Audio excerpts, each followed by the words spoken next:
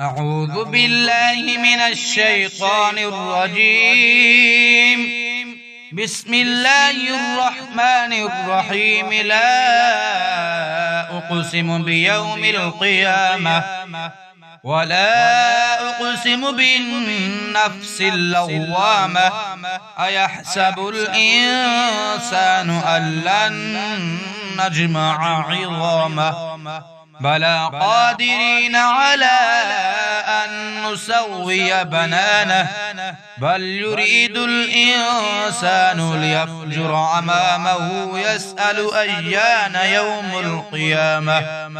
فإذا برق البصر وخسف القمر وجمع الشمس والقمر يقول الإنسان يومئذ أين المفر كلا لا وزر إلى ربك يومئذ المستقر.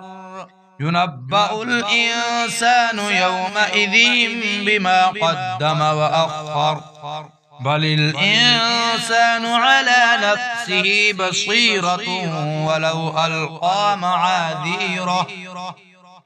لا تحرك به لسانك لتعجل به إن علينا جمعه وقرآنه فإذا قرأناه فاتبع قرآنه ثم إن علينا بيانه كلا بل تحبون العاجلة وتذرون الآخرة. وجوه يومئذ ناظرة إلى ربها ناظرة ووجوه يومئذ باسرة تظن أن يفعل بها فاقرة. كلا إذا بلغت التراقي وقيل من راق وظن أنه الفراق والتفت الساق بالساق إلى ربك يومئذ المساق.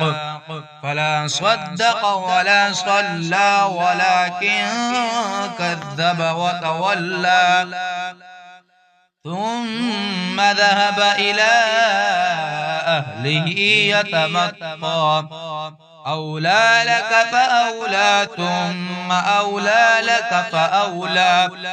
أيحسب الإنسان أن يترك سدى ألم يك نطفة من مني يمنى ثم كان علقة فخلق فسوى فجعل منه الزوجين الذكر والأنثى.